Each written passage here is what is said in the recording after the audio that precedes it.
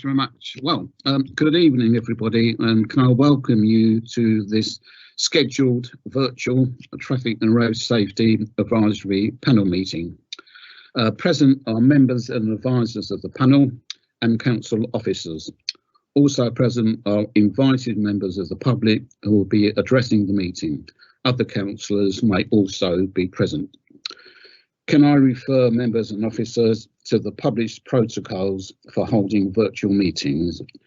Could you please note the following? Members of the panel should ensure they have their videos on at all times, but put microphones on mute unless speaking. Other members, advisors and officers should switch off their videos and put microphones on mute until they are invited to speak. In case of a technical problem, the meeting will adjourn until the issue is resolved. If the technical problem persists and the meeting is incorrect, the meeting will be abandoned and rearranged for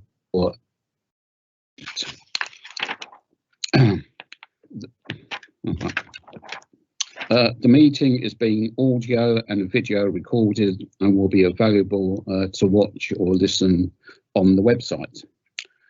Would members of the panel, including advisors, raise their hand from the function pan to indicate that they want to speak? Please switch off your mobile phones or put them on a silent mode. Can I just briefly now turn to the alterations to the agenda? So after deputations, which is item 6, we will then consider items 9 and 10 as these relate to the deputation. So after the deputation, we will then take the London Transport Fund Scheme and the Cycle Strategy Review, and we will then go back to take item 7, 8 and 11. Is that okay? Right, great. Okay, so if I can actually go on to the agenda. Firstly, we have attendance by reserve members. I think everybody on the panel is here, that there are no reserve members tonight. We have apologies from Jeremy Leach, who is one of our advisors from Living Street. Unfortunately, he can't attend tonight. Item 2 is declarations of interest.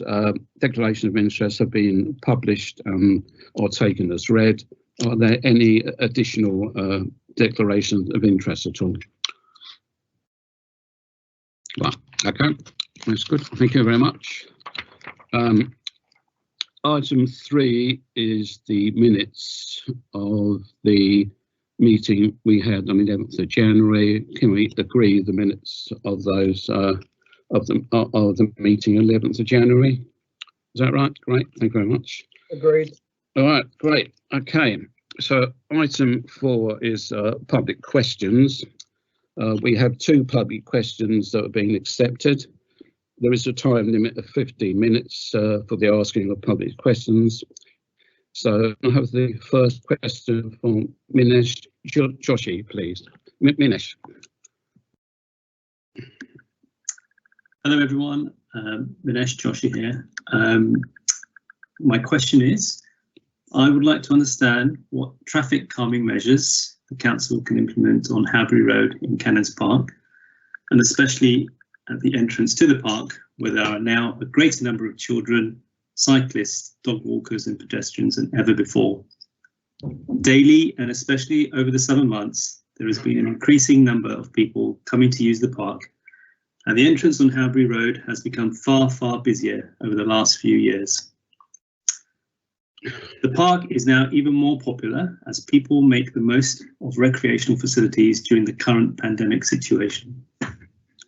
There are sadly a fair number of drivers that speed along Howbury Road, in particular the section between Ducross Drive and the roundabout at Wychwood Avenue, as the whole road is used as a rat run by drivers wishing to avoid Marsh Lane when travelling north towards Stanmore from Whitchurch Lane and vice versa.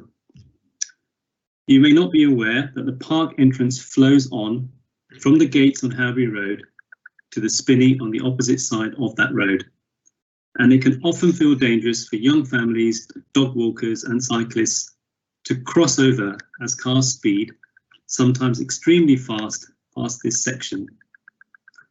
I believe the council has already received a petition signed by some 37 residents in December 2019, requesting traffic calming measures on Howbury Road. As a result, 2 warning triangles saying pedestrians crossing were erected. However, this has not helped much as drivers are ignoring the signs and are still speeding. The issues in the area are not limited to speeding dangers on Howbury Road, but are widespread across the area which need addressing. That concludes my question. Right. Thanks very much, Minis. Thank you very much for your question. I'll respond as follows. I can confirm that Howbury Road has been included in the council 20 mile per hour zone programme for 2021-22, which is funded by Transport for London. Currently, we are awaiting confirmation of our LIP allocation from TfL, which we hope to receive in the next few weeks. The funds will be used to design a self-enforcing 20 mile per hour zone in the Howbury Road area, which is likely to include some form of traffic calming measures. The scheme will be subject to a full public consultation exercise with local residents and other key stakeholders. In the interim, if residents are concerned about traffic speeds in the area, we respectfully suggest they contact the local police Safer Neighbourhood team, who are responsible for enforcing speed limits on our roads.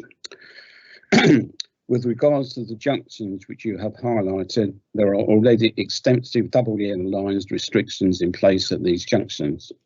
We'll investigate the possibility of extending the yellow lines on both sides of Dew Cross Drive, leading up to the single lane bridge that crosses over from Dew Cross Drive into Dalkeith Grove as part of our localised safety parking programme. Right, have you a supplementary question at all? No, I think that answers my question, so thank you for that. Right, thank you very much for the question again, Minesh. Thank you. Thank you. Right, we have a second question from Chris Collins. Chair, he's not in attendance at this moment. Shall I read it now? Yep. Yeah. And I'll provide an answer. No. Right then. The question from Chris Collins is, I travel at least twice a day down the Uxbridge Road between Harrow and Hatch End. The cycle lanes are a very stupid idea. Rarely used when cycle sales have increased. When we return to normal, they will be used less. What a stupid idea to create them, and what have they cost? Right, my response is, the Department for Transport, it's quite a long reply, I'm afraid. The Department for Transport provided emergency active travel funding for temporary arrangements to encourage cycling and walking during the current pandemic. The council was allocated £100,000 under this fund, which was used to implement 3 experimental cycle routes. The cycle lanes were introduced on strategic routes on busy important roads with dual carriageways in order to connect with existing strategic cycle routes. The routes have multiple traffic lanes, so that one lane was dedicated to cyclists and the other to vehicles in each direction, and also provide a buffer zone to separate vehicles and cycles and keep cyclists safe. The cycle lanes were introduced using temporary or low-cost intervention that were introduced quickly. Mandatory cycle lane road markings were laid and traffic cones used to provide the physical segregation. Some traffic and parking restrictions were introduced in parts of the cycle scheme to reduce speed limits for safety to allow cyclists to use bus lanes. These routes were much more direct and convenient and reallocate the road space to cyclists as required by the Department for Transport. The routes have been subject to monthly reviews and surveys and have been going on to record the number of cyclists using the routes. More recently, during the current lockdown, the number of cyclists recorded at all three sites has increased significantly. The reviews are published on the council's website for information. So I want to ask myself a supplementary question. So that's the two public questions that we had. Right, if we can then move on to petition. Firstly, are there any councillors wishing to submit a petition at all? No? Right, okay. Are there members of the public who wish to submit a petition? Yeah, right, great, okay. We're speeding along, aren't we? Right, okay, we're on to deputations, which is item 6. We have one deputation that's been received in respect of agenda item 6, and they relate to item 9, the local transport fund schemes, and item 10, the cycle strategy review. So as previously mentioned, I will bring these items forward. The speakers have a maximum of 10 minutes, and members of the panel can also ask questions for up to 10 minutes. So the deputation is on Harold Cycle Network. I think we have Tony, Levine, and Veronica, and anybody else? No, I think there's those two. So the floor is yours, Tony. Thank you, Chair. Right.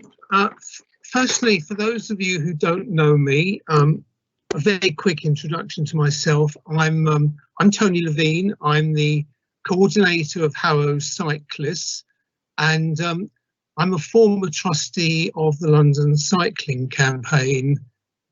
So you can see where we're coming from. Now, after many, many years, we have realised, I think we all realise, that money is very, very, very tight. But having said that, what we would like is for the council to be able to use all the various forms of funding that it can get. And one of the problems that this council faces is that too many schemes that it proposes for funding, especially from TfL, which is after the major fund license, too many schemes that it proposes for funding fall because technically they do not comply with standards set by TfL. So that there is the choice that either you can not get money or you can instruct the council officers to adhere to TfL guidelines. Now, what money there is, we would like, and as Veronica will speak to later, we would like set up to be joined up schemes. We want joined up routes and joined up schemes. We believe it would be much better to have one good scheme rather than several spread around the borough that are rubbish. Other people may disagree, but we want joined up thinking, joined up routes, and these routes have got to be where people want to go. Now, where people want to go includes places like Uxbridge Road, includes places like North Harrow to Hatch End, as Veronica will talk to later. And there's lots and lots of routes that people want to go, but they want to go a direct route. They don't want to go through side roads and complex routes. They want to go directly, just like the car drivers want to go directly. We're no different. So what the council needs to be is to be clear about objectives and targets. These are currently vague. I have no idea what they are, and I suspect not many other people do as well, if they exist at all. And so we can have what we want. There are various cheap things that could be done. So, for instance, the introduction along Alexandra Avenue of double stop lines. For some reason, Harrow Council can't do this. Many other councils in London find it easy to do. Double stop lines mean that the cars have to stop once before the bike lane and then again before they join the major road. So, which means that cyclists can, with care, cycle without having to stop every so many meters. Now, we are having the new highway code, which will prioritise users from the most vulnerable, which is, of course, pedestrians, cyclists, to the least vulnerable, which are trucks, armoured 4x4s, and all the other sorts of things that you can think of. So we want to know how the council is planning to meet the new highway code. And so, you know, what is the thinking that the council has, if any? And so now over to Veronica, and Veronica will talk more specifically about joining the routes in North Harrow, which already exist, to Hatch End via George V Avenue, and the standards that we should be adhering to if we actually want some funding. Thank you very much, Tony, and good evening, panel. I'm Veronica Chamberlain. I'm chair of the new Harrow Cycle Hub, of which more anon. And as a ride leader, the constant refrain I hear is, I would love to cycle, but it's not safe on the roads. So we want to change that. And for item 9, we'd like to support the second item under C, which is the review of the George V Pinner Road junction. So Noah Hill High School is at that junction, and I watched students arriving this morning. There were 3 cycling on the pavement, nobody cycling on the road, and quite a lot more walking. And they were taking their life in their hands because, as you all know, that junction is not in any way signalised for pedestrians. And I'd like to read from the letter from the assistant head of Noah Hill, George Nagel, who said, the crossing at the junction of Pinner Road, George V Avenue and Headstone Lane has no pedestrian management. This means that every afternoon, 2,000 children have to navigate across the roads with no provision for pedestrian safety. They are left to read the traffic lights and make a dash for it when they feel it's safe to do so. It is a miracle we have not had a fatal accident at this junction. So proper pedestrian and cycling signals would benefit the Noah Hill students and also everybody else who uses that junction, both on cycle and on foot. It would make better use of the George V Avenue cycle lanes if you put them in, and they would link to North Harrow and through the West Harrow low traffic neighbourhood to the centre of Harrow. So I'd now like to turn to item 10. We'd like to thank officers for their thoughtful work on this programme, which is very ambitious. We know that only 1% of journeys are undertaken by cycling in Harrow, so there's really quite a long way to go. And we would suggest respectfully, Chair and panel, that you set some smart objectives about what you want that share to be. For example, 5% in 5 years and 10% in 7 years. Because if you don't have an objective, how will you know if you're going to achieve it? So let's look at a family who lives, for example, on the Kodak site to the east of Harrow View.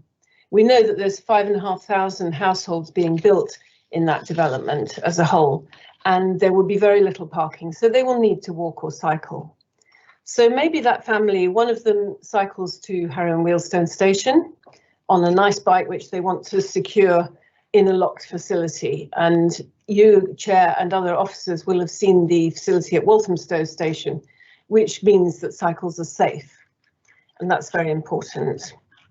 The other partner might be taking twins in a cargo bike to a childminder in Cunningham Park, and then an 8-year-old on her own bike to Pinner Park School. And those journeys need to be done along Harrow View, Cunningham Park, Pinner View, through Hestow Manor Park to Pinner Park School. And then that person might cycle on perhaps to a job at Longfield School and be a role model for the children at Longfield School by coming by cargo bike sustainably. So that's the family that I think we all want to see in Harrow, who we want to benefit from our education. So in the afternoon, parent number 1 might return to Harrow and Wealdstone, pick up the child at Pinner Park School, take her to a drama activity at Harrow Arts Centre, cycle back along Uxbridge Road and down Courtney Avenue to get home to their flat or house in the Kodak site.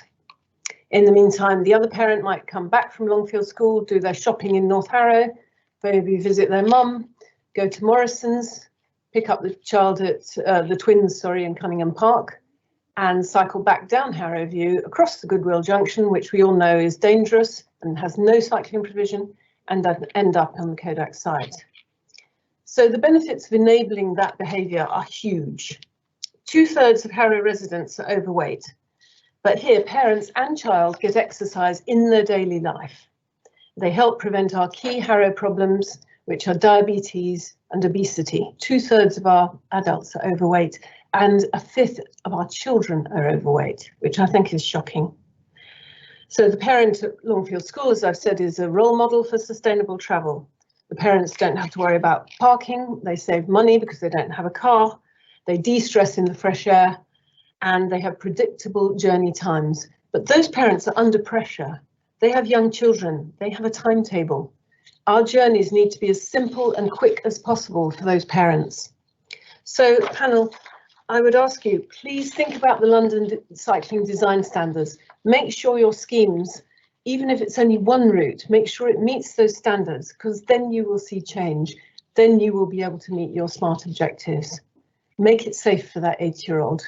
Thank you very much, panel. Right. Okay, can I thank Veronica and Tony for deputation. We now, members of the panel, now have up to 10 minutes for any questions at all. Does anybody want to ask any questions? John, is that? Yeah, you've got a hand up, I think. You're on mute. I'm on mute. Thank you very much, Veronica. Right. Okay, John. Thank you very much indeed, Veronica and Tony. That was a very interesting presentation, but you didn't speak about the project. I understood you were going to carry out, you were going to speak in favour of a review of the George V Avenue signalisation, but you didn't talk about that at all. And if we do go back to the question, I mean, you will remember that when this scheme was first put out, the residents were completely against it. And that's the reason why Harrow Council decided to delay it. I just wonder what has changed about the scheme, because, you know, you talk in grand terms about improving the signalisation, which is fair enough. But where is this cycle scheme going to go? What's it going to lead on to? It'll lead on to the pavements of North Harrow past Hooper's Carpets, and then it gets up to Station Road and it stops. You talk about joined up cycle lanes, which is correct, but I don't think that this one has been fleshed out enough. I don't think that there's enough information for us to be able to make a decision. And so far, despite your eloquent presentation, I don't think I'm very much in favour of it. Thank you. Chair, can I speak to that one? Is that all right? Yep. Okay, so apologies, John, for being a little brief on the junction at the Noah Hill High School. The funding proposed for the item in the local transport fund is for a review of that junction, to review the signalisation in order to enable cyclists to cross it and join the track outside, as you say, Hooper's Carpets. You would need a little bit of extra work because the track doesn't quite come up to the junction. But sorry to interrupt, Veronica, but we've lost the chair. fine. I'll wait. I don't know what happened there, but we have Jerry's gone. Yeah, can't speak without him.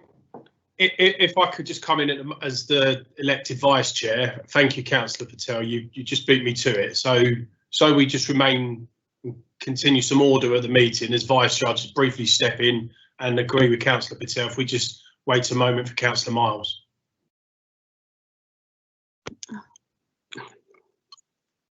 Team.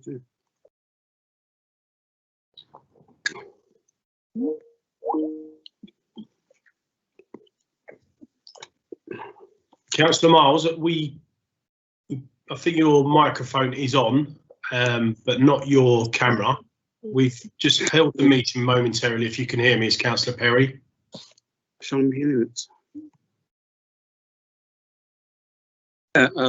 David, yeah. I'm not, can you hear me? We can hear you, but we can't see you, Councillor. All right, yeah. Sorry. Right. Right. Okay. I thought it was all right actually. Okay. Right. Switch your camera on, and then we're good to go and to continue with Veronica to respond to Councillor Hinckley. Unlucky. Right.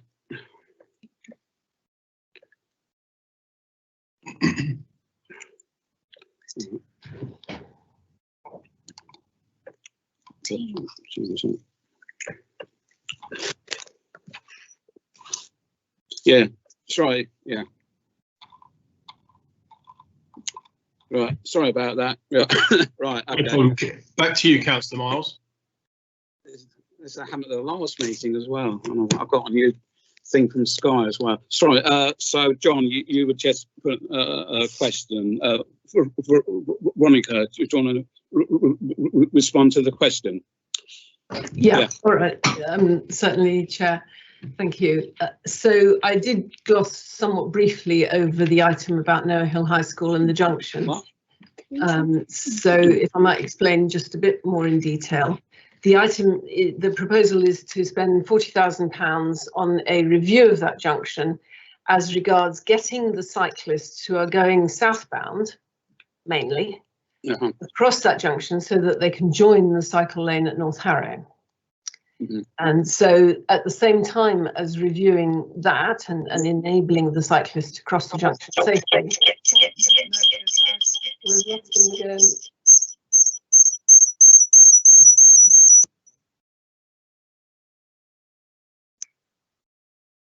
momentarily again, I'll just jump in. I believe I was just about to prompt everybody to turn their microphones onto mute if not speaking. I think it was just Councillor Miles who had his microphone on at that point. If you can hear me, Chair, we've just momentarily paused a moment as your microphone and camera is currently off, if you can hear me. Right, yes.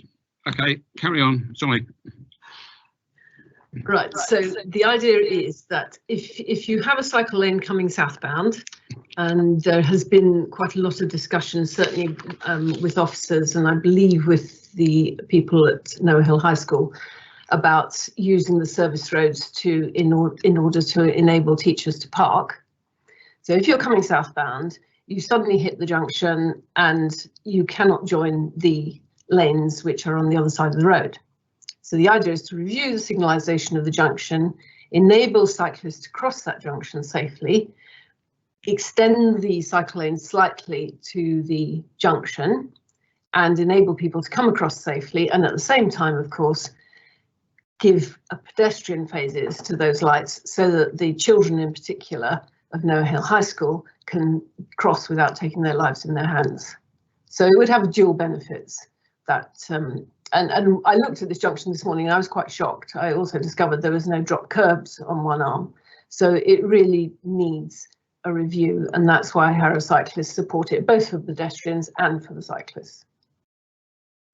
Does that help, Councillor Hingley? Yes, certainly it does, and it's a very good thing to do, but surely the review of the signal should be done from another scheme, you know, for road safety scheme. But you mentioned the teachers' parking. I well remember Michael Butler in a briefing some months ago who said, well, you know, roads are not for parking in, roads are for driving along. So why should the teachers of Noah Hill High School have all this priority?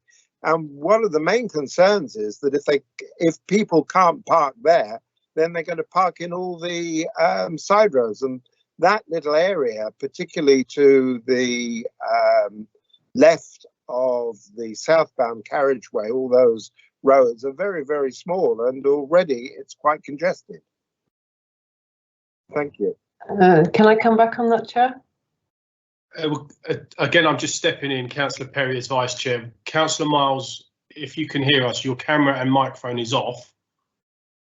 If we could just... Yeah, all right. Yeah, okay, yeah. Back to you, Councillor Miles. Veronica, do you want to just respond, and then Councillor James Lee can ask his question? Yeah, right. Okay, go on, sure. Veronica. Very, very briefly. So a compromise position was reached whereby the cyclists went up a couple of the service roads by Anglesmead Way and the other side from Anglesmead Way, and that freed up parking on the road. I mean, it's obviously your political decision whether you think teachers should be able to park. We would love to see them all coming in on their bikes, but maybe that's a compromise you will want to reach. That's entirely up to you. As long as our cyclists are safe, you know, we're not too worried about going down the surface roads. Okay, right. James first. You want to ask your question, then Anjana. Yep. Just a quick one. You can either answer it on a local level with this scheme in George V, or in more general terms. Do you have any ideas on how cyclists and road users can coexist, i.e. have minimal impact to road journeys and etc. in terms of timings, and but still have cycle lanes in place, and obviously how you can make both sides happy, I guess. Okay, right. Anjana next. We're nearly up to 10 minutes, so if you can... Thank you, Chair. I'll be very quick. Thank you very much for your presentation. It was very good and very articulated. I live in North Harrow, and I know how many people use those cycle lanes coming from Rayners Lane to go into North Harrow towards the George V Avenue. So I'm not too sure about what you're suggesting.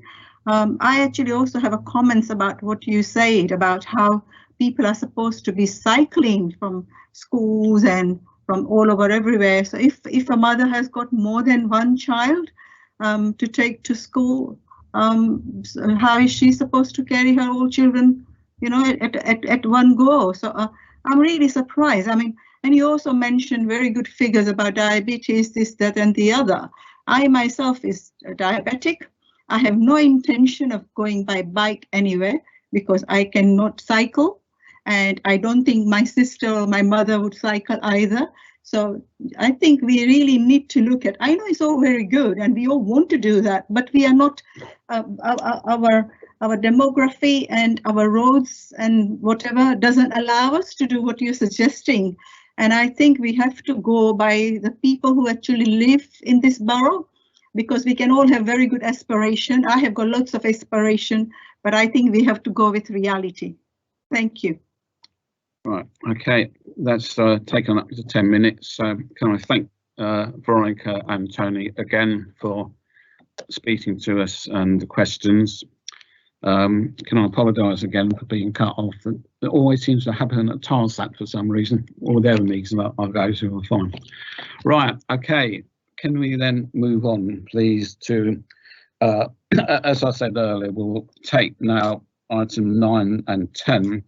So firstly, because they relate to the deputation, so can I take item 9 first, which is the Local Transport Fund Scheme 2021-22. It's basically some money that's made available from Transport for London for local schemes. We normally get £100,000. We have had that for many, many years, but we haven't been definitely got the allowance this time, so we are asking that we actually prioritise our choices up to 100,000. So TfL will confirm the money later. I don't know if Barry or David want to add anything to that at all. Hi, thank you, Chair. Yeah, as you said, this is the local transport funds report, which historically we bring to task at around about this time of year, just before the new financial year. And as you say, this money is used to offer you a choice, really, of transport schemes that meet the transport objectives of the mayor. So there's a range of schemes in the three sort of main categories: walking, cycling, Vision Zero, and bus priority. So the report sort of summarises. It contains a list of potential schemes which you can choose from, up to the value of 100k. And I know you've had the pleasure of doing that in the past. So really, all the schemes are there. They're clearly explained, I think, what they are and what the rationale behind the schemes are. So I think it's for members to discuss and decide on which ones they want to take forward, and we should be getting confirmation in the next few weeks about the funding from TfL. Right, thank you, Chair. Right, thanks. I'll throw it open as a question or comment. Pomona, I think you had your hand up earlier. Thank you, Jerry. Thank you, Chair.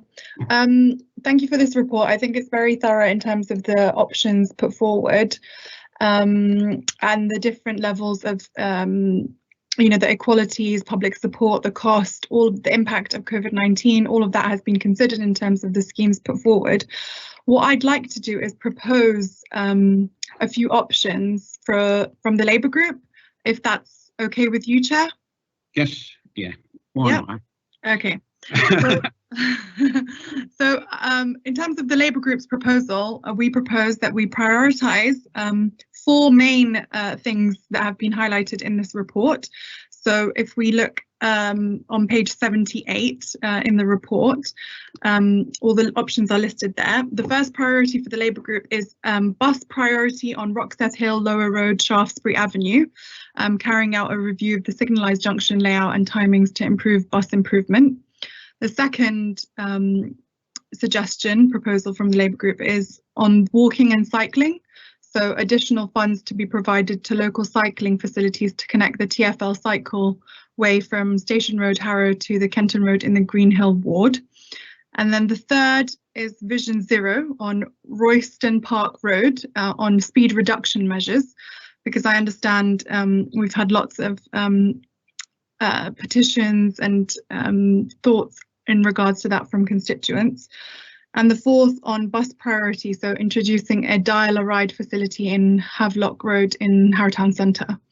And should there be any surplus funding, although that brings us to 100k, should there be any surplus funding, the fifth priority for us would be the bus priority of carrying out a review on Kenton Lane, Stretfield Road, signalised junction to help with the right turn buses at the Kenton Library.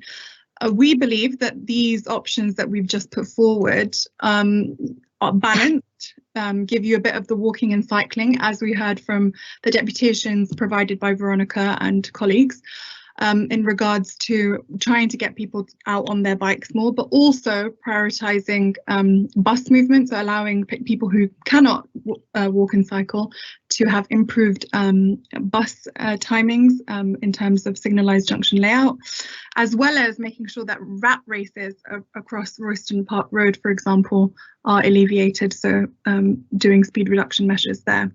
And also keeping in mind that we have disabled constituents that we need to look after. So introducing a dial-a-ride facility in Harrow Town Centre would also support them. So we hope that this proposal covers all of the aspects in terms of bus, walking, speed reduction, and giving those disabled constituents also an option. So those are our 4 options from the Labour group, Chair. Thank you, Brian. I'd like to second those proposals. I think they're great. Thanks, Jan. Yeah, I think they are quite varied, and they cover all the different section of visitor bus priorities and walking and cycling. Right, so are there any comments on those or on the item generally? Amit. Thank you, Chair, for allowing me to speak. I just wanted to start, it was really good news to hear from the public questions that Howby Road will be included in a 20-mile-per-hour zone. I just wanted to confirm, is that going to be part of this list of schemes? Because no, it's a separate programme. It's our LIP programme for next year. It's one of the 20-mile-an-hour zones that we're putting forward. Okay, so it's not part of the Vision Zero. It's not part of this programme, no. It's a separately funded programme for the LIP. Okay, all right, that's thanks for the clarification. Well, just to run through some of the suggestions we had, we agree that Royston Park Road, the speed reductions should be a priority, and I know my colleagues will also speak on that and agree, because we've had a few instances there, so it will be good to address those. The other priority we were quite keen on was to carry out a review of all the Pelican Crossings in the borough, because we have had a spike of incidents during the lockdown, and it would make sense to prioritise those and to improve safety. And compared to the rest of the schemes, it's relatively small to implement. But I don't think we would be as supportive for the other recommendations made by the Labour group, and I was perhaps if there's scope for some compromise, because the bus priorities, given where we are, would buses really continue to be as much a priority as we come out of lockdown? So it's Royston Park Road and the Pelican Crossing review, which would be our top priorities from this list here. All right. Thank you, Amit. Anu, is that you've got a hand up? I think. Chair, I think Anthony wishes to speak. Yes, please. Can you hear me?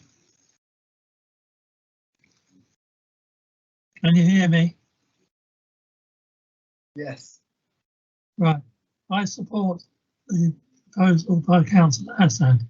I think it hits the nail on the head beautifully, so I'm going to support that.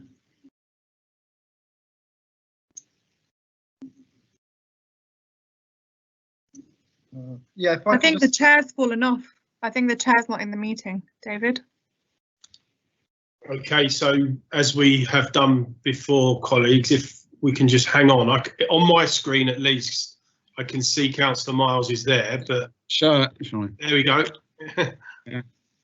This is getting stupid, isn't it? Sorry about that. Anu, did you want to speak at all? No? Yeah. Yes.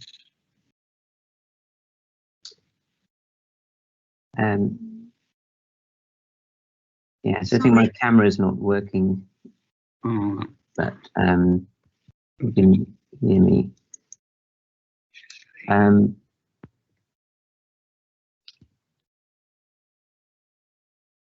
So just a few comments. First, on the 20-mile-an-hour zones. Currently, Harrow tends to use these narrow speed cushions, but we would strongly recommend that we use full-width sinusoidal speed humps, as they're actually effective in reducing speeds, whereas with the narrow speed cushions, larger vehicles just straddle them and they're not effective. Secondly, regarding the Pelican Crossings, well, I mean, one of the major issues that a lot of major junctions don't have any crossings at all, and this was the one outside Noah Hill School is a particular case in point. And thirdly, I just wanted to clarify a few of the maybe misunderstandings about the George V Avenue and the Noah Hill junction. So the George V Avenue cycle lane was proposed using DFT's emergency COVID funding, but that was limited to only creating temporary cycle lanes. There wasn't money for integrating parking bays or doing improvements to junctions. And the initial scheme removed the ability to park along most of George V Avenue, but in the revised scheme, with cyclists using the service roads, there's some parking available. So that should address those concerns, and it's been discussed with the Noah Hill School. So that should be a feasible suggestion. But as Veronica mentioned in the deputation, that cycle routes have to be joined up. So that's why there's no point doing cycle lanes along George V without sorting out the junction. And at that junction, there's actually an existing pedestrian crossing, but not with a signalised phase. But there is a phase when there's no traffic across the junction on the western side. So there's space to add a pedestrian and cycle phase without actually impacting junction capacity. And then there's a separate issue about the crossing of George V Avenue, which could be potentially done with a zebra crossing a little bit further up near the school entrance. So that's a possibility which we've suggested to officers. And the reason that this would help is with all the other work that's been done on cycle lanes using the High Street Fund to connect up the North Harrow and the Rayners Lane cycle tracks. This would help to build that network and actually increase people cycling. Thank you. Right. Thanks very much, Anu. Anjana, you wanted to speak? Yeah, thank you very much, Chair. I just wanted to second what Councillor Jokia has just said, especially about Pelican traffic lights. A lot of work needs to be done there.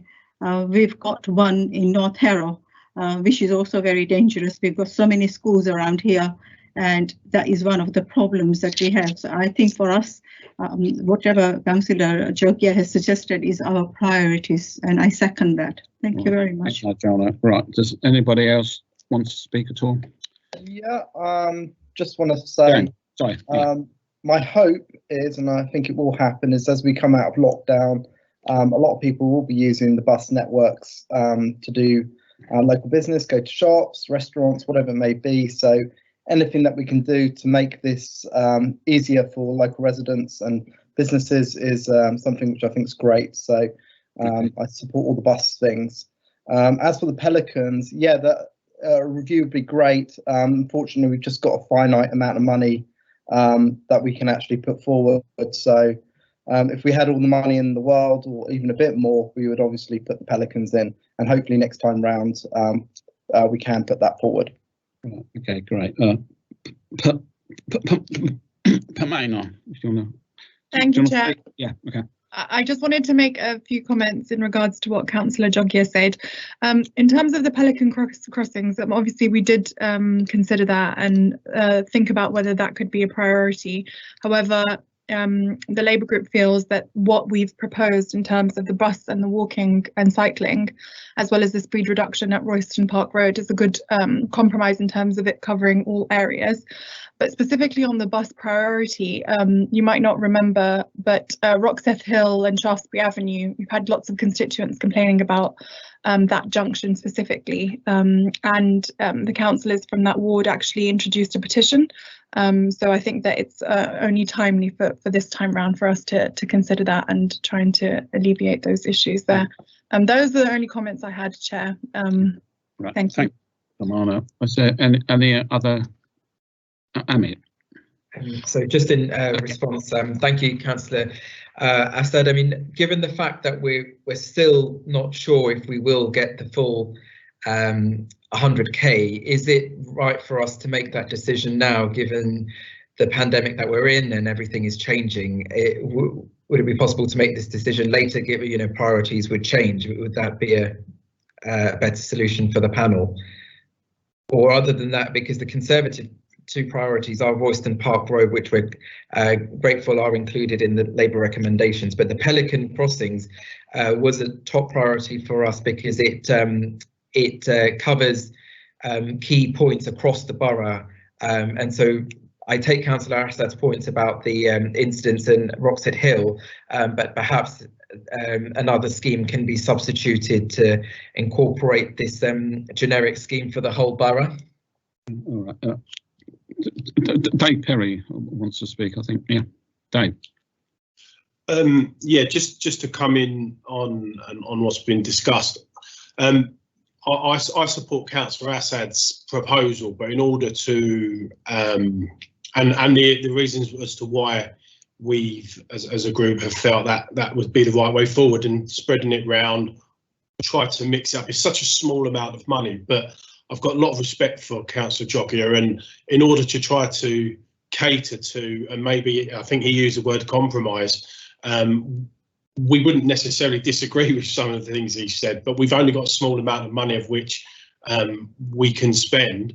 We have had a briefing, and I know all the officers are listening, and hopefully I did make this suggestion in the TARSAC briefing, and maybe they'll listen to my advice tonight, is when the LIP funding was agreed back in May 2019, I believe the officer indicated back then, things have changed. And so there may be schemes currently within the LIP funding which may not necessarily be political priority, and so some funding may still be allocated to cater to some of the schemes you've just mentioned. And maybe it could be, maybe not for now, but ask our officers to work with TfL, although the funding may not be what they funded us for as to what we have agreed back in May 2019, but all of the schemes put forward tonight are all Mayor of London priorities, and so it's kind of taking one priority for another, and so that could be a challenge for our officers, and so there could be some funding available in order to, and we're happy to work with Councillor Jogger in that regard. All right, okay, right. Anybody else want to question or comments? Okay, so if we, I suppose if we agree that Labour Group ones and includes Royston and Park, and if the officers can look to find another £10,000 as Dave Perry suggested, then I think we would incorporate everything that's been put forward. I think. I mean, sorry, Chair, to interrupt. One last solution. If we work out the maths, if we are to substitute the Havelock Road scheme in the town centre with the Pelican review, and then keep Royston Park and the others the Labour group have recommended, does that will come up to 100k, won't it? If I'm not mistaken. No, it doesn't. That's 10k over, Councillor Joggia. Unless you guys want to, unless the Conservative councillors want to remove Royston Park and put in the Pelican Crossings. That's also an option.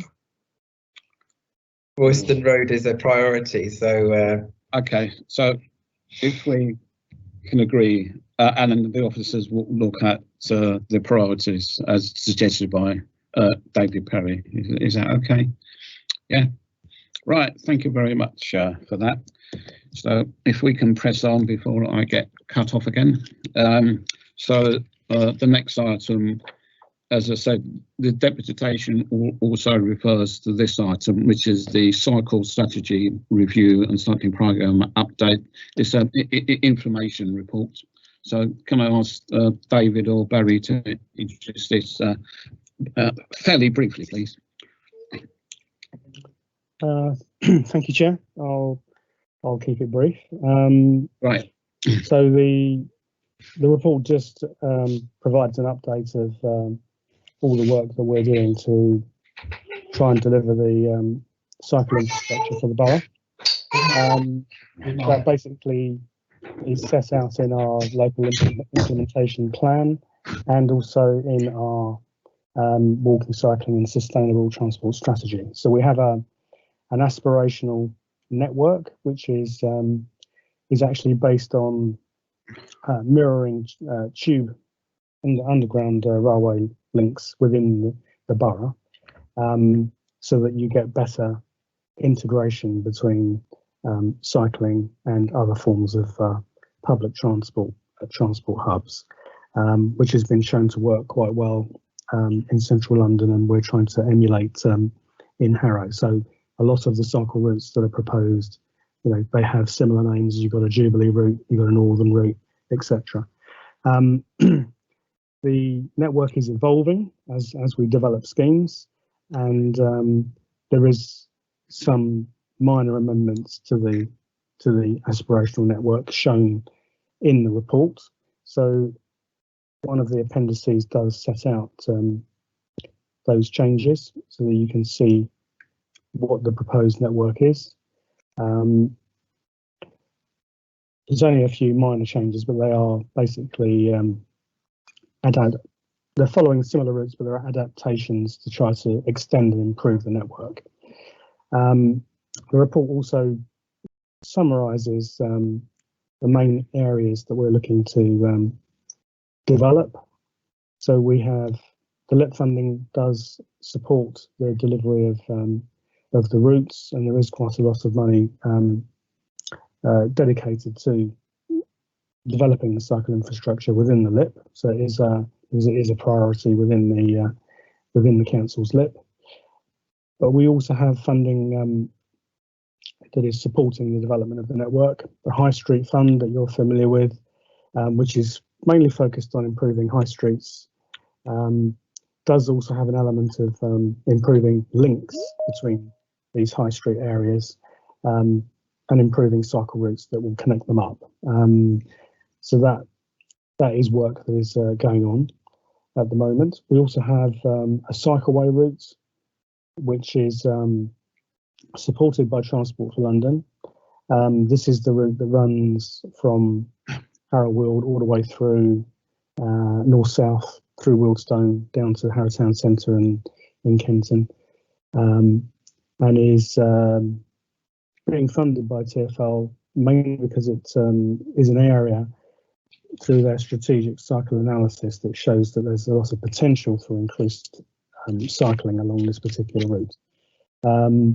Now the project was held slightly because of the situation with COVID, and we're currently negotiating with TfL over resurrecting that project because it does have considerable importance within the network. Other initiatives are Liverpool Neighbourhood Bid for Wealdstone also has a lot of focus on improving cycling, more focused on the town. And again, our Liverpool Neighbourhood Bid, which was submitted in November 2019, we were expecting to have a successful outcome, and then COVID came along. So we're hoping that bid may still come good in the future and give us the opportunity to make significant improvements to cycling infrastructure within Wealdstone. So to summarise, there's a lot of investment from our own LIP programme, although we're still waiting for the exact allocations to be confirmed by TfL, but we are expecting a reasonable allocation to be provided. There is Harrow funding through the High Street Fund for developing some of these routes, and there are a number of opportunities via TfL through the Liverpool Neighbourhood Programme and their strategic cycling programme to develop areas of the network. But the focus is really on developing that network that we have set out in our strategy and trying to develop whole complete cycle routes that interconnect with each other to try to provide a coherent and a practical network that will encourage cyclists to consider cycling and improve our cycle mode share in the borough. Thank you. Concludes my report. Thanks very much, David. Are there any questions or comments? Pamela. Thank you for that. Thank you, Chair. I just had one question in regards to the proposed scheme, the update on the cycle lanes. I understand, we were, because of COVID, some of the things that previously happened around this, we weren't able to consult. However, I'd just like to clarify that we will be doing full consultations with residents in regards to these proposed this cycle network, making sure that we get residents' views, specifically the one from South Harrow to Harrow Town Centre. Just to say, because I am a Roxeth councillor, so I'd just like to clarify that. If I could get confirmation on that, please, Chair. Thank you. Okay, Chair, I'm happy to answer that. Yes, full consultation will be required. I'd say in that particular scheme, it will be extremely important because there are some challenging technical aspects to the project that need to be resolved. So there will a lot of engagement with the key stakeholders will be important in developing that project. Right. Okay. Thanks very much, Amit. Thank you, Chair. I'd just like to read out a statement from the Harrow Weald councillors, if I may, on the northern cycle route, and I'd be grateful if the point can be minuted. Their statement reads as follows: "We note the plans for the northern cycle route through Harrow Weald. We are yet to see detailed plans for these roads, and it will be important for us as ward councillors, as well as local residents, to be fully informed and consulted on these well before any schemes are implemented. Before implementing the northern cycle route, the current unsuitable and unwanted Uxbridge Road cycle scheme in Harrow Weald should be removed. The northern cycle route should include more traditional cycle lane provision and not to seek to remove entire traffic lanes as has taken place in the Ford Uxbridge Road scheme." And my Conservative colleagues and I would like to echo the statement and to ensure that a full consultation takes place. And it's, as we've seen and as we've learned from experience, it's vital that the earlier we bring in stakeholders, the better the plan can be for local residents and easier to implement for the council as well. Yeah. Thanks, Amit. Yeah, I think as David just said, there will be full consultation, so we'll do that at quite an early stage. Anjana, do you have a comment or a question? Yeah, thank you, Chair. Yes, I do. I may be repeating myself, but Honeypot Lane is also part of the cycle route, and if it is so, would it not be better to remove it, and then once we have done a full consultation, then we can implement whatever the residents decide, including the Uxbridge Road. I think all of the cycle lanes should be removed as we are going to do the consultation on it. Sure. And in some instances, it may not even be, I mean, maybe we are being over ambitious here and going for all different routes at the same time. Maybe we should do it in a staggered way. I don't know, but I prefer all those cycle lanes to go. Consult and then you can implement. Thank you. You'd rather get rid of them and then consult. I think that's for Councillor Patel. I think that's for another meeting. Yeah. Okay. Can I, David Eaglesham, do you want to respond? Then Dave Perry. Okay, just very, very quickly. I will just reiterate to the panel, as I did during the briefing, that the street space cycle schemes are quite different to the normal programme that this report is speaking about. So this report is dealing with the permanent infrastructure, which of course all projects have full consultation. The street space schemes, I understand, are far more controversial, but they will be subject to a report at the next special meeting of TARSAP, and you will have the opportunity to give, see all the information regarding the schemes and to make, decisions about the future of those projects then. But they are, quite separate from the main programme. Okay. Thank you, Chair. Right, thanks, David. David Perry, then James Lee.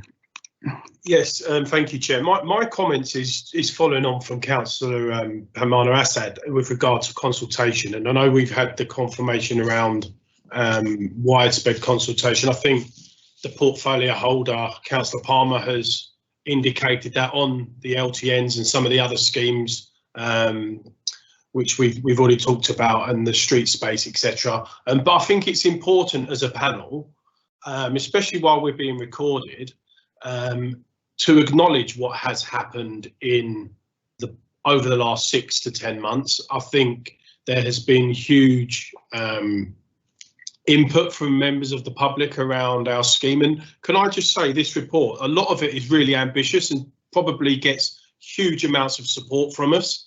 But one thing which will make the administration nervous, I'm sure, and councillors on this panel, is where we are taking out latent road space for cycling, which is not necessarily as well used as we thought. And when the schemes went in there of the street space stuff, we thought there might have been greater take-up. We're about to come out of a lockdown situation, and you know, maybe this is probably not the best time to maybe introduce some of those, but I'm not talking about them. There is elements of the action plan on page 94, which, especially within this current financial year, I hope the officers take back to the portfolio holder that do need review.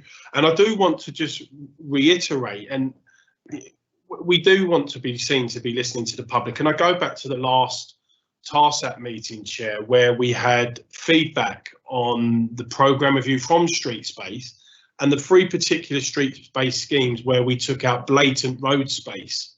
One of the schemes in Uxbridge Road attracted 87% in my calculation opposition. Sheepcote Road was 82, Honeypot Lane 85, and the others was probably greater. So what we're trying to say is, I think, rather than officers forever seeking and receiving incoming fire from the panel, there's huge amounts of this which we want to promote and support. But taking out road space, I think every council on this panel would need to listen, and hopefully that can be taken back to the portfolio holder.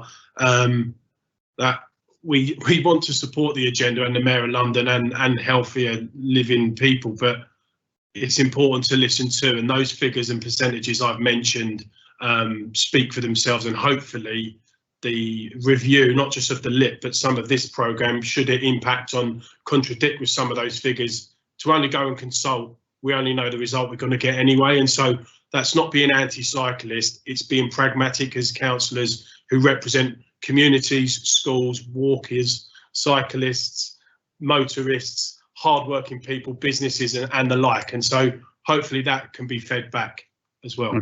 Right. Thanks, David. I think a lot of people were nodding in agreement then, so I think the panel agrees with what you said. James, then Anoop. Yeah, Councillor Dave Perry just said what I was going to say, basically on the road space. Yeah, I think it's very, very important that we don't reduce the road space wherever possible. And I've seen it in other parts of London where it's been successful, where there are excess space, whether it be pavement and grass, whatever combination. If we can put the paths, any cycle lanes on that, if there is excess, so you don't want to take away too much pavements, then that would be preferable than shutting down whole roads. And I don't think we want to come into a situation like that again. And I said you can go into London and see where it's been actually implemented quite nicely and effectively. One thing I wouldn't mind is if the panel is also given some options for us to see before it goes to consultation. Maybe we can give some feedback to the officers on any of these kind of proposals. You know, we want to try and make sure that if anything goes to consultation, it's something which the public will like and residents will be behind. Yeah, okay. Thanks, James. And Anoop, I think, is the last speaker. Anoop. Thank you, Chair.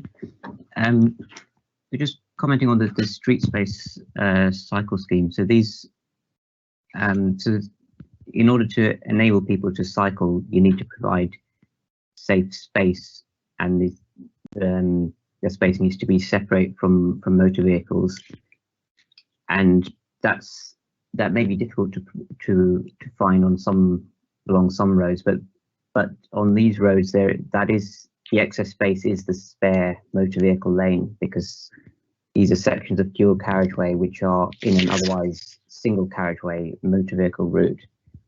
So there's no loss of capacity, and that's what the trials have demonstrated, that you can take away a lane and actually the capacity is just the same. There may be a bit of perhaps extra capacity needed at junctions, but that can be worked into the design of a permanent scheme. And it's important then that these routes, which are key desire lines for cycling, are included, are designed into permanent schemes, and then they join up into a network. Right. Okay. Thanks, Anu. Right. And John, again. Thank you, Chair. I personally disagree with what have been just said, but I would just like, I actually wanted to say that I have asked you and I have asked the officers, are we actually going to get somebody from the motorist to actually represent on this panel to have the equality? Because we all believe in equality, and I think it is about time that we nominate somebody from the motorist industry, from motorist, I mean, that they come and represent themselves and they speak for themselves as well. So I think this is something I have also asked officers to look into, but so far I have got no response from anyone. Thank you, Chair. I think that has been suggested on a previous occasion, actually. But Barry or David, have you any comments on that at all? No. Okay, thank you, Chair. I do recollect the suggestion. I think some advice was provided to you, Chair. I think it was suggested that looking at the local implementation plan's core objectives and the Mayor for London's objectives, it's mainly around sustainable transport. That is the direction of travel for transport policy. And in fact, it was suggested that if you were looking for additional support in terms of advisors, maybe someone from the business community might be a good possibility for the panel to consider. Thank you, Chair. Right. Well, we can look into that, and I'll liaise with the environment portfolio holder as well to see if we can expand the group of advisors on the panel. Right. So I think if there's no more comments or questions, I think this is just an information report. So we just note the information on the report. Okay, thank you. Right, if we go back. Sorry, I just wanted to second Councillor Patel's point that at the earliest opportunity that representation will help the panel going forward. Yes, okay, mate. Right, thank you very much. Right, we'll report that in a minute. Right. On item number 8. Yeah, we're nearly there, Marilyn. I know. I just wanted to make sure. I didn't know you got the message. Apologies for interrupting you. Okay, right. We just have the other items now because we took items 9 and 10 because the deputation was relevant to that. We have item 7, 8 and 11 now. So item 7 is another information report on petitions. I think there are only 4 there. Barry, do you want to just briefly go through those? Yes, Chair, that's correct. There's 4 petitions, one from Chancery Road and West Chancery requesting a CPZ. I think this is an old petition, but it was a petition for removing all the low traffic neighbourhoods. The 3rd petition was Fernbrook Drive, a request from a local resident to be included in the CPZ so that he could apply for a parking permit. And the 4th petition was from Elliott Drive, requesting to be included in zone WR. Okay. So those were the 4 petitions, Chair. Details are contained in the report. Yeah. Any questions or comments on those? No. Okay. So right, we just note again. It's an information report, so we just note those. Right. If we go on to item. Where are we? Item 8, which is a parking management scheme programme 21-22.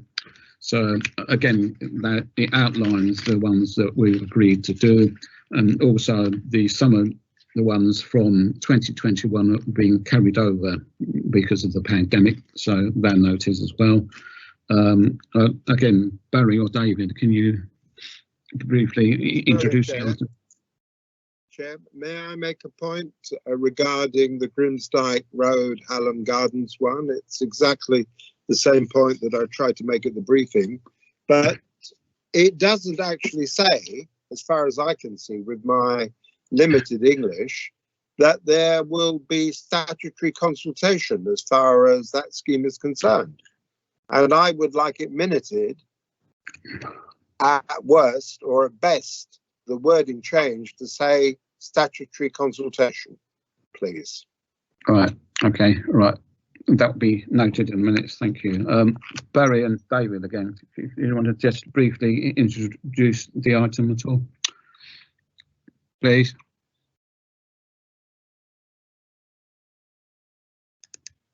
Barry. Sorry, David, are you doing this one or am I doing this one?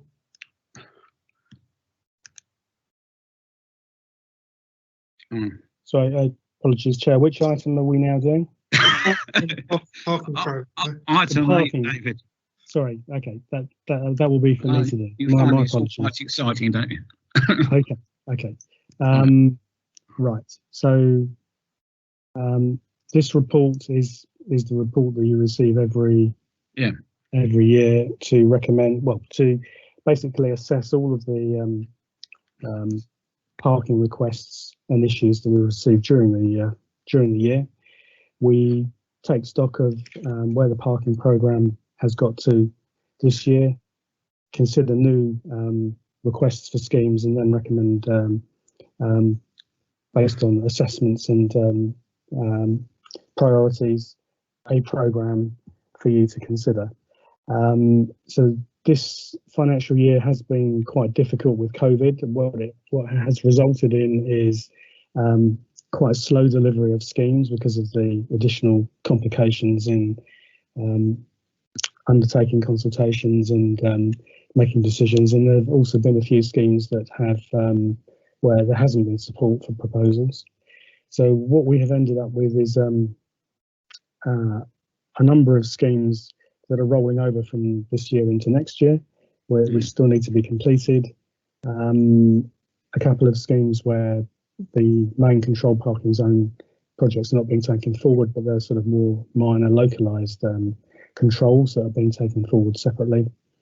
And then there are some new projects assessed from the list of priorities which have been added into the programme. So Appendix B gives you the list of the proposals. So let me just pull up the list, and I should tell you which ones are rolled over schemes and which ones are new schemes. So the ones that are rolling over from this year into next year are Grimsdyke Road area, the Green Lane area, Courtney Avenue. There's a scheme where there wasn't support, but we may be doing localised controls. Northolt Road area is rolling over. Roxburgh Avenue is rolling over. The Ridgeway and the Kenton Road Service Road, which was actually, we didn't start that project because there was a street space scheme in that area earlier in the year. The new schemes proposed are Canterbury Road in Headstone South, Chantry Road area in Hatch End, Eastleigh Avenue in Roxbourne, Churchill Road, Gresham Road and Montgomery Road in Cannons. And then we have the item for local safety parking schemes programme, which is around about 25k. So of a 300k programme, there's 275k on the main area parking control schemes and 25k for local safety parking schemes programme. So there's four new schemes and about 7 that are rolling over. Okay, so I've finished the report. I'll hand it over to members. Thanks, David. Marilyn, I think you wanted a backbench on a particular scheme. Thank you very much, Chair. I'm very grateful to you. Sorry, if I can interrupt here, I have declared a pecuniary interest at this. Sorry, I mean, yes. I forgot about that. Is my ward councillor, so I'll leave, and if someone could let me know when to come in. Yeah, you can have a cup tea or something like that. I will. See you soon. Right. Okay. Thanks, mate. Sorry. Yeah. Marilyn, do you want to carry on, please? Yes, of course. I'm sorry, Chair. Yes, of course. Well, I want to talk about Winscombe Way, and of course, Councillor Jogia lives in Winscombe Way, hence he's left the room, as it were. There are problems at the moment, particularly in the old Lodge Way estate, And funnily enough, they're not dissimilar to what was raised before in a question in Howbury Road, because what's happened is, as we all know, because of COVID, people haven't got an awful lot that they can do in their spare time.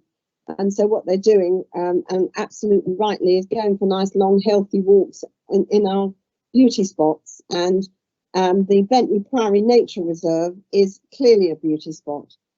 So, Chairman, what I'd like to ask for is that, and this is something that Mr. John Williams has been asking for years and years, and I think there's been a petition in the past as well, is that the council actually do some safety measures around the corners of some of the roads there. You see, Holland Close has, although they're completely faded, you can't see them anymore, so they need refreshing. Holland Close has double yellow lines on the corner abutting Old Lodge Way, but Winscombe Way and the other roads don't have them. And what's happening is that because there are no double yellow lines around the corners, people are turning up at the moment, frankly, in very large number, and literally parking all the way around the corners. Now, that's wrong, but if there were double yellow lines there, they almost certainly would avoid it. And it's actually quite dangerous. I've sent the officers quite a dossier of photographs that I've taken of very seriously injudicious parking in the area. And I know that this weekend coming, we're going to get some enforcement done, which will help a lot, and the residents are very grateful for that. But I would like to make a request, please. At long last, we do have to address this issue. It's become particularly serious at the moment because of the numbers that are flocking to this beauty spot. And in fact, the estate as a whole has become rather a car park because of the issues, particularly when the sun's out during the weekend, because we have a signpost actually encouraging people to use this entrance. But notwithstanding COVID and the reasons why it's so busy at the moment, it is still dangerous not to have the double yellow lines around the corners of these side roads of Old Lodge Way. And so if I could just ask that the officers take on board what has been asked for years now. I mean, we people in Stanmore are very patient people.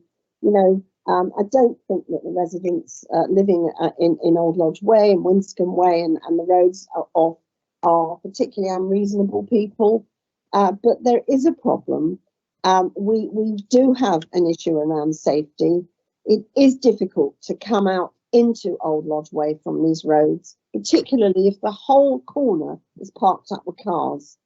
And I think actually at the moment it's quite dangerous because of the numbers of people.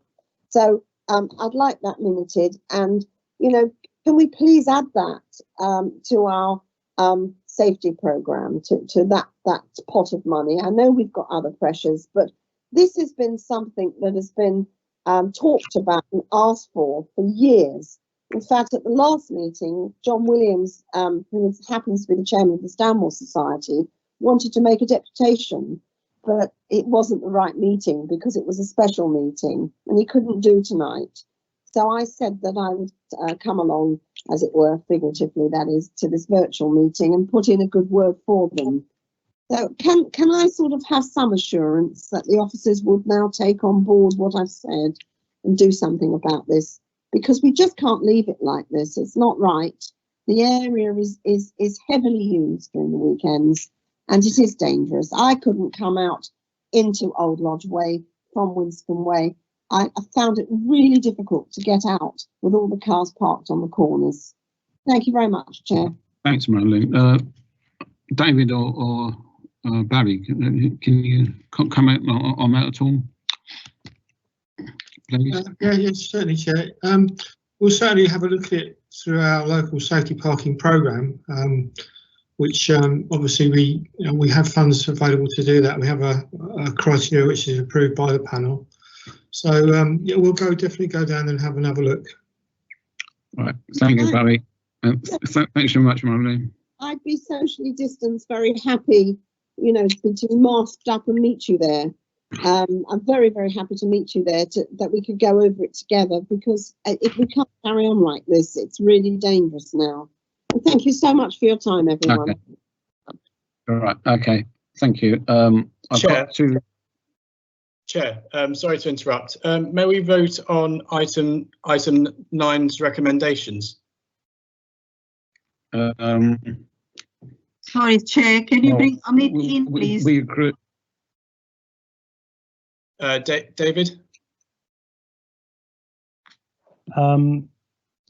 So just to clarify, item 9, the local transport fund schemes, is a recommendation to the portfolio holder. Yeah, I think we agreed some schemes, so yeah. So I'm just wondering if that needs a form of words that needs to for the portfolio holder to make a decision on.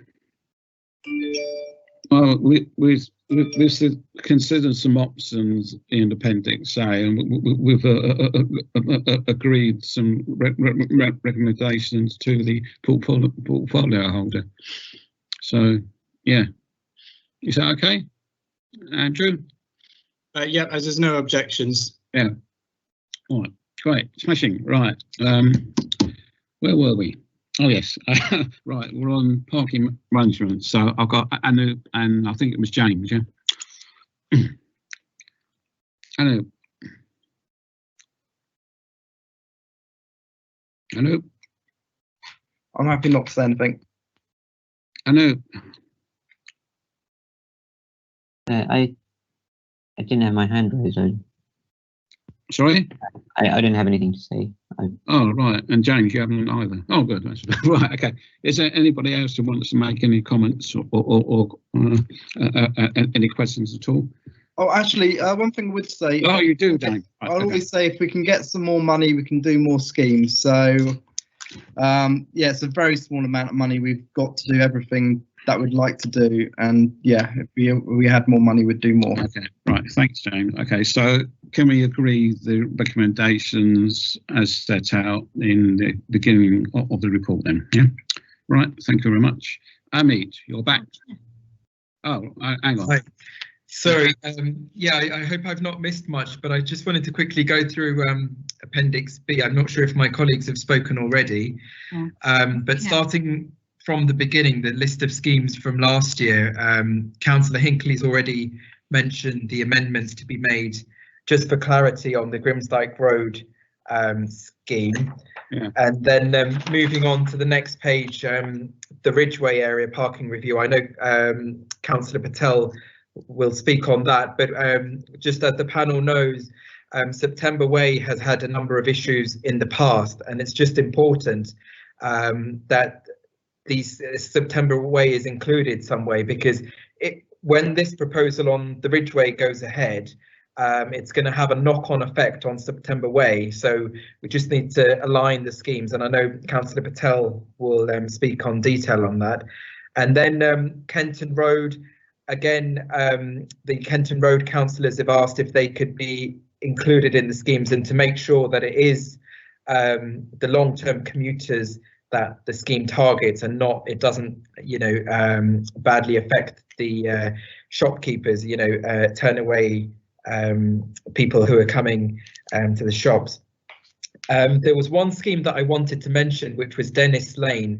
A petition was submitted just under 2 years ago, and that's not seen in Appendix B or C. And I know the Stanmore Park councillors have very kindly agreed to fund that through their ENSIL funding, but it's not part of the programme of work. So I just wanted clarity of why it's not on the agenda. I mean, even if it's their funding, it should be part of the programmes, just in the interests of transparency. So that's one question I'd be grateful for the officers to come back on. And then in terms of the proposed new schemes, the Conservative group are happy with Chantry Road, Eastleigh Avenue, which has been a priority, and the Churchill Road, and as always the local safety parking schemes. But just we'd like to propose an amendment on Canterbury Road.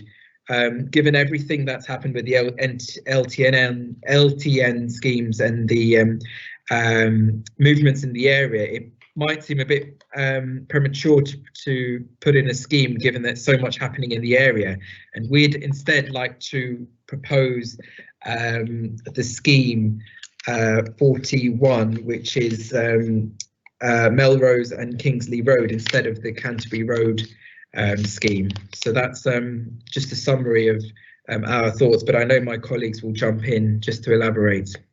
But I would like to hear on the Dennis Lane point. All right. Right. Can we deal with the Dennis Lane question first, Barry or David? Okay. Yeah, Dennis Lane. So as I recollect, this wasn't a parking scheme, was it? This was a request to do restrictions at one end of Dennis Lane. Is that right? So it's not. It wouldn't be on this particular report. It's not a parking scheme. So it's right.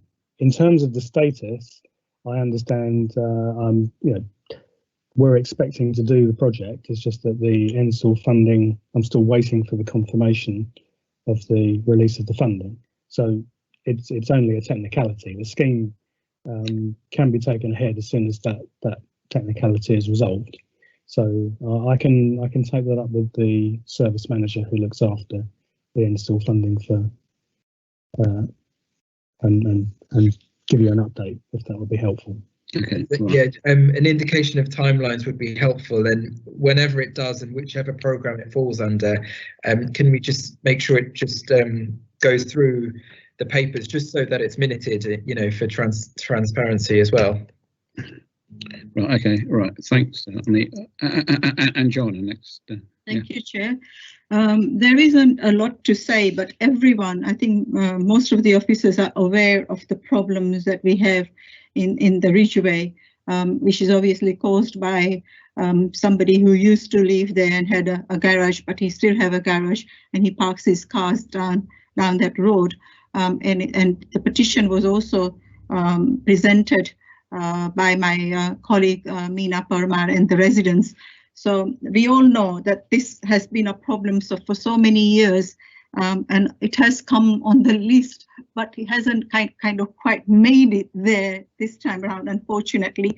But my request to you is that please include September Way in this scheme, because it is very, very important. They are also having lots of problems around there, and by not including September Way in this particular scheme, that means that we are actually pushing problems somewhere else. So all I would like to request the officers that would you please include September Way in this, because there has been a lot of complaints and a lot of people have written to you as well in past. So I just want to request that if you can include that, and if you can confirm that to me that you will be able to include September Way in this CPZ. Okay. Right. Barry? Yeah, I can confirm that September Way is in the scheme. Right. Thank Hooray. you very much. Right, okay. Right. So if there's no other questions or comments, I think basically there is. Chair? John. Chair? John. Sorry, I just wanted to flesh out the points that Councillor Joggia made about Canterbury Road and also putting in number 41 Melrose Avenue. Because Melrose Avenue, and as Barry Phillips knows, he's received an email from the resident explaining the very bad situation just before Christmas, when there were, I believe, fisticuffs between two opposing motorists. And all this is down to the fact that St John Fisher School is a very popular school, but it has two entrances. One is Canterbury Road, which is nothing to do with this scheme, but the other entrance is down Melrose and Kingsley Road, which are basically Victorian cul-de-sacs. And I understand that in the school spaces scheme, St John Fisher is going to have its own project. And I just hope that when you do this, school spaces projects, St John Fisher, you learn from the mistakes that you possibly didn't know you were making around Grimsdyke School, because you implemented a CPZ scheme at the same time, but without with one hand, but with the other hand, you put in one of the original school spaces scheme with ANPR cameras. So please do it, and please make it integrated. And I hope it can happen as soon as possible, because we don't want any more scenes like this, particularly with the fact that the children are going back to school, hopefully next week. Thank you very much. Right. Okay. Thanks, John. Right. So I think we agree the schemes, except I think Amit has proposed that Canterbury Road is taken out, number 1, and is replaced by number 41, which is Melrose Road and Kingsley Road. I have my doubts about this, because obviously the recommendations and the placements were on assessment factors agreed by TARSAP a few years ago. And we're saying that the top priority on TARSAP's list should be taken away and number 41 put instead. So I have doubts about that, but it's up to the panel what they want to do about that. Chair, I would like to second what Councillor Jogia just said and request colleagues to actually vote for it to bring it up. So you want Melrose Road and Kingsley Road, number 41, quite down the list, in place of number 1, which is Canterbury Road. Is that right? Yes. Yes, Chair. Yeah. Okay. Especially, Chair, because of the LTNs, which is going on at the moment. Thank you. That's neither here nor there. James.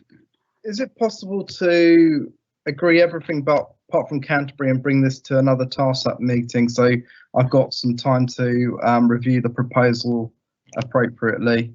It's 41 down the list, so it'd be a bit prejudgmental. If not, then we can't. Just let me know if that's possible. All right. Dave, do you want to come in? Dave. Yeah, I just want to reiterate and support your logic to that, Chair, with regards to the process is set out, agreed by TARSAP. We're taking out a high priority with an extremely low one. We've never got enough money, and so things move up the list over time, etc., depending on all the criteria set out. And I don't think we're being consistent, Chair, if we was to make such a move on this, and I think we're not going to get agreement. I think we're going to need to go to a vote on this, I would presume. All right. Okay. So do I have to go through the list of members now, or can I assume? I can do that, Chair. All right. About you go, Andrew. So, Councillor Miles, is it so for or against? Against. Councillor Assad? Against. Councillor Lee? Against. Councillor Perry? Against. Hinckley? For. Councillor Jogia? For. And Councillor Patel? For. Right. Okay. So that's lost, I think. Yeah. So can we then? I think we agree on all the other ones. So if we can agree the recommendations for the risk report as set out at the start of the report. Right. Thank you very much for that. I think we're on the final item now, which is again an information report on traffic and parking schemes programme update. So these are basically the schemes that we have been working on for 2020-21. But Barry or David, is there anything you wish to raise at all? Thank you, Chair. No, as I say, this is the progress report, and as we didn't get the money till quite late, the programme isn't as big as you would normally expect. We've consulted on 420 mile-an-hour zones. They've all been through full consultation.